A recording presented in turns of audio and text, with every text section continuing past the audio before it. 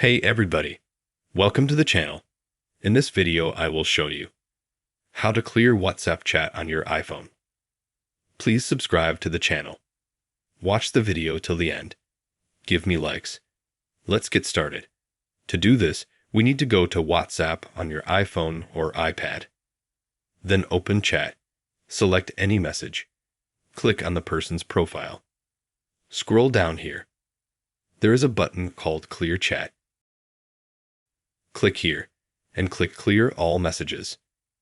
After that, we were able to clear WhatsApp chat.